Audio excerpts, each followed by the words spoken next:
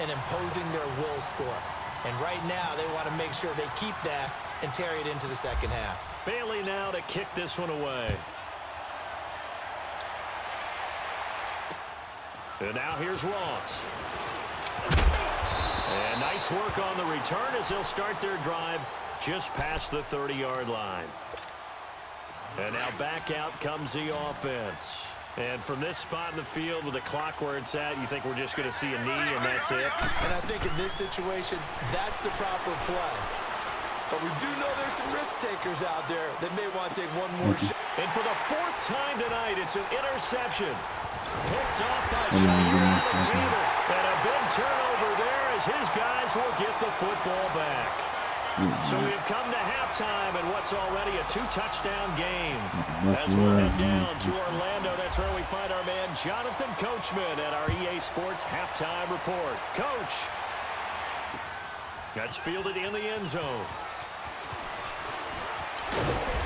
And all that work, but he stopped where he ultimately would have been, and he's simply taken a knee, and that's the 25-yard line. Out comes this offensive unit as they get set to take over here. This is sort of what you would call a put-away drive, isn't it? They score here, especially a touchdown. It's almost out of reach. It certainly feels that way, and I think that they're going to call their plays accordingly because what you really want to do, even though you know the scoreboard is still up there and the game's going to go on, in fact, you can take the spirit away from another team, that their drive and will to come back and win can be taken with another score right here. It's still third quarter, but you just get that feel. Yeah, they're teetering right there on the brink, aren't they?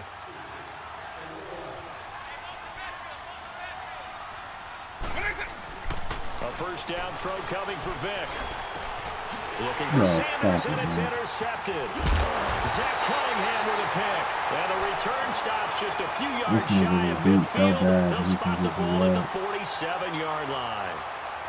First possession of the third quarter, an interception, so maybe a second-half tone setter. Indeed, and not the tone they wanted to set. That's the equivalent of running out the wrong door and running into your pool instead of running out onto the field. A real dud for that one. Has that happened to you before? No, but I've heard stories about teams actually doing that back in the good old days.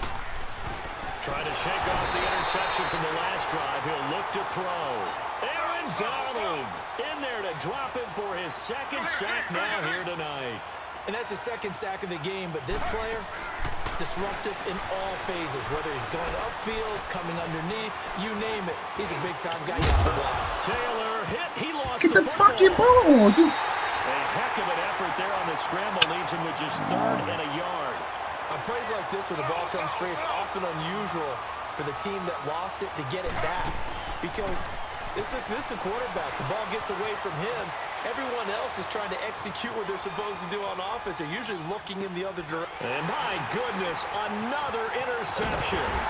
Picked off by the linebacker, Nigel Bradham. And the return stops just a few yards shy of midfield. They'll spot the ball at the 47-yard line. Good starting field position for them here as they come up 1st and 10.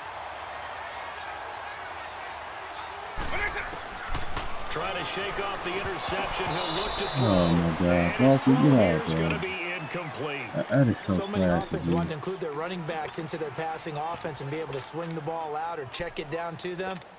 But sometimes those guys are just not as comfortable catching the ball as they are running it. So after the incompletion on first, now 2nd and 10.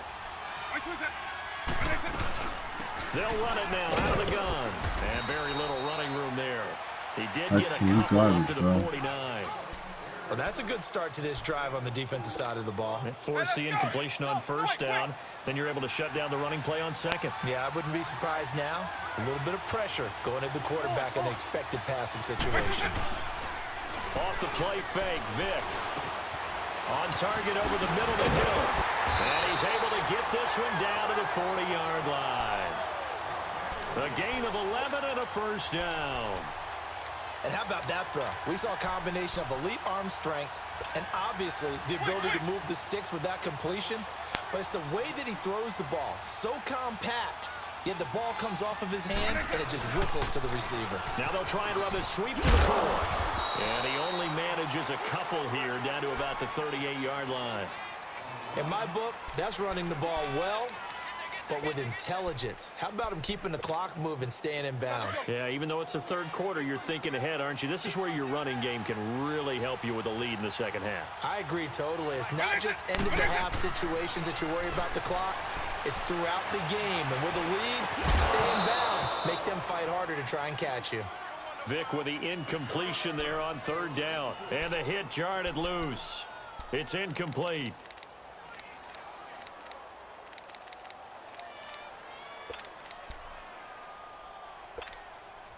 They'll need to get it to the 30 for a first.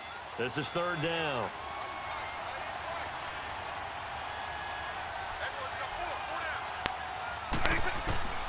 From the gun, Vic.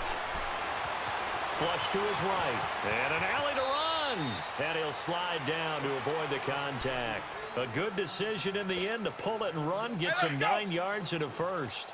When they watch film of this game and hand out the grade sheets, he's going to really like getting a double plus on this play. Why? He scrambles and picks up a first down. But what else does he do? Protects himself by sliding and avoiding the big hit. Double plus, big-time play. A solid run on first down. Gain of 7 leaves him with a 2nd and 3.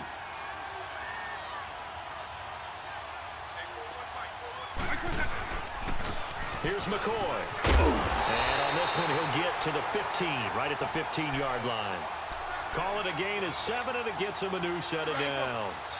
They're trying to show that they can run the ball and protect this lead. Give it to the backs, play a little bit of keep away, don't you think? And that's probably a good philosophy at this point, going to make that defense stand up and stop them. He'll wind up getting 9 after tucking it and running, so it'll leave him with 2nd and a yard. Now, that was not a bad scramble there on first down. He didn't force it, nor did he throw it away. He was able to take off, and now he made it a very manageable 2nd and short.